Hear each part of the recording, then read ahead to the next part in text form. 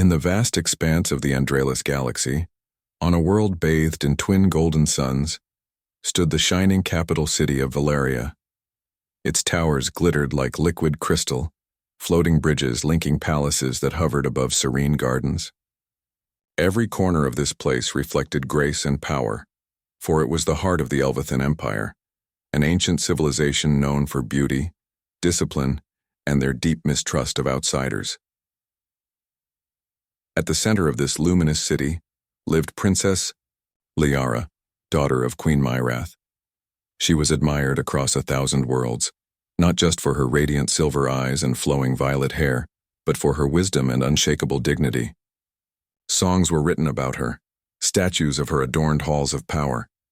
Yet despite countless suitors, warriors, nobles, scientists, and even princes from allied races, she refused them all. Her heart remained untouched, hidden behind walls of duty and pride. Many believed she had no interest in love. Others whispered that her standards were impossibly high. But Liara herself believed love was not something to be arranged or forced. She had seen alliances crumble because affection was treated like a transaction. She wanted something real, though she never said it aloud. Then came the year when humanity entered the galactic stage. The humans had arrived quietly at first, fragile-looking beings from a small blue planet at the edge of the Milky Way. They had none of the elegance of the Elvathan, none of the telepathic gifts or graceful energy manipulation. Yet they spread through the stars with stubborn courage, exploring, learning, and adapting faster than anyone expected. To the Elvathan, they were intriguing, but primitive. Useful, perhaps, but not equals. That perception changed during the Orion conflict. A minor border world was attacked by raiders from the Void clans, merciless pirates who left only destruction. When the Elvathan fleet was ambushed, it was a small human ship that arrived first to help. It fought far beyond its weight, protecting civilians until reinforcements came. The commander of that ship became a symbol of human bravery across several sectors. His name was Captain Aaron Vale. Weeks later, the Elvathan court invited human representatives to a diplomatic summit in Valeria to formalize peace and cooperation. Among those guests was Captain Vale himself. Liara had no interest in meeting any human. To her, they were unpredictable creatures who acted on impulse rather than logic. She agreed to attend the opening ceremony, only out of duty. When she entered the Hall of Stars, every eye turned toward her. She wore a gown of living silk that shimmered with faint starlight. Her posture was perfect, her expression serene. At the end of the hall stood the human delegation, simple uniforms, plain in design yet somehow proud. Among them, Aaron stood quietly, his brown eyes calm but alert, his posture respectful. When the queen greeted him, Liara watched. There was nothing extraordinary about him at first glance. No special aura, no telepathic resonance. Yet when he spoke, his voice carried an unusual steadiness. He didn't flatter, didn't bow too deeply. He met the queen's gaze with respect, not fear. Liara noticed that. Later that evening, during the formal banquet, Liara sat beside her advisor, listening to discussions about trade, alliances, and technology. She noticed Aaron again at a distance, laughing lightly with a group of young officers. He seemed at ease among aliens who towered over him.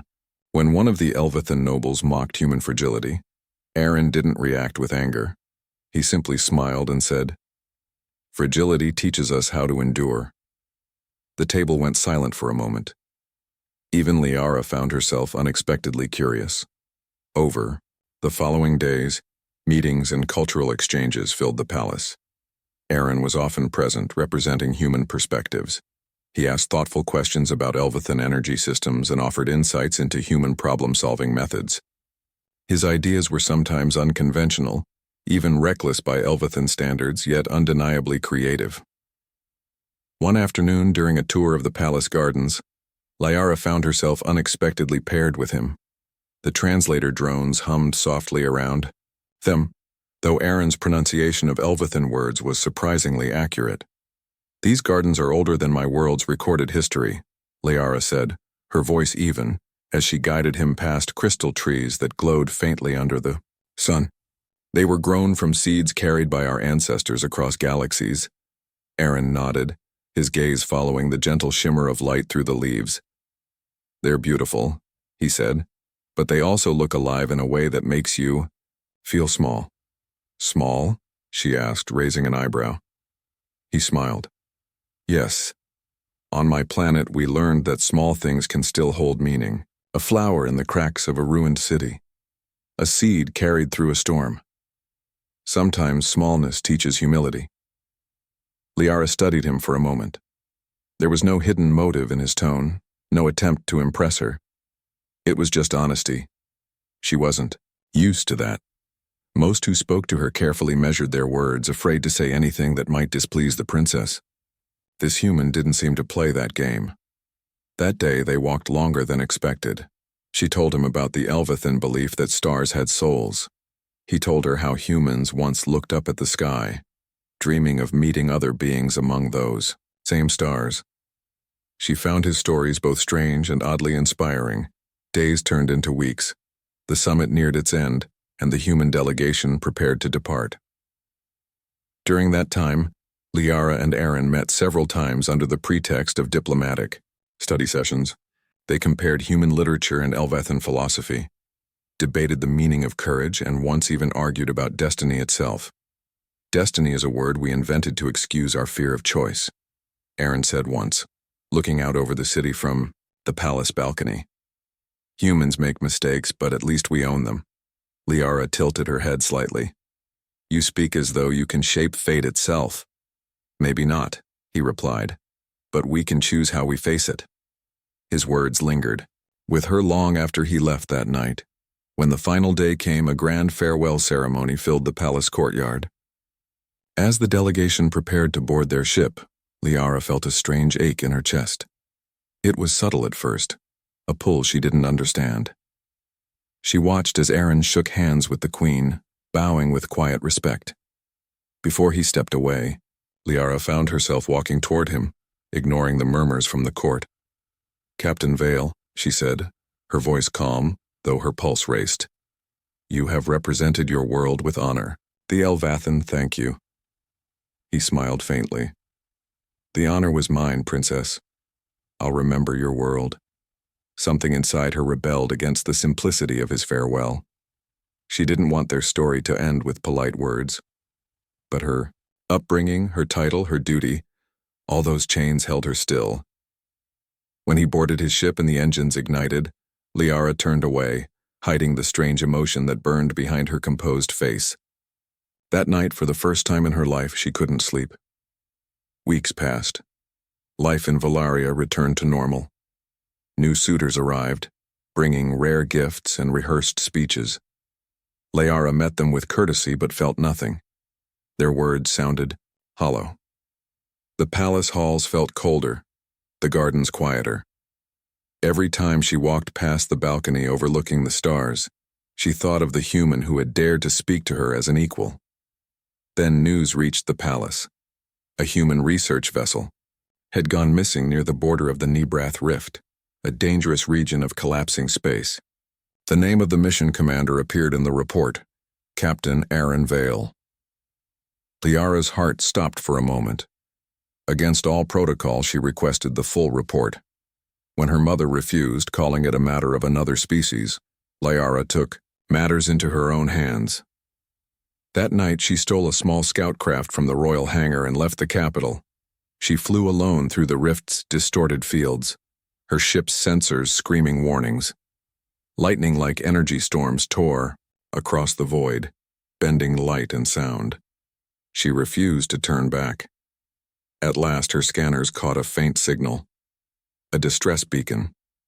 Following it, she found a shattered vessel caught in a web of spatial cracks. Its hull was damaged, but there was life inside. Using all her training, Liara maneuvered through the chaos and docked. Inside the dark corridors, she found flickering lights, the air thick with smoke. She searched room by room until she saw him, unconscious but alive, his uniform torn, a faint pulse under her trembling fingers. She carried him back to her ship and fled the rift before it collapsed. When he awoke hours later, disoriented and weak, his first words were a hoarse laugh. "I didn't expect the princess herself to play rescuer." She smiled softly. "You humans think you're the only ones who can defy rules." They returned to Valeria together. The queen was furious. At first, but the story spread quickly. How the princess had saved a human from a dying region of space. For the first time, admiration and shock mixed in the eyes of her people. From that day, everything changed. Liara began to openly collaborate with human scientists, using their adaptive methods to enhance Elvathan technology. Some nobles disapproved, but progress silenced most critics. As for her and Aaron, they spent more time together than the court could ignore. One evening, as the twin suns dipped below the horizon, Liara stood once again in the palace gardens. The air shimmered with soft gold. Aaron joined her quietly, his steps light on the crystal path. "You never told me why you came for me," he said. She looked at him, her silver eyes reflecting the fading light. "Because I realized something," she said. "For all our wisdom, we forgot how to feel. You reminded me that courage isn't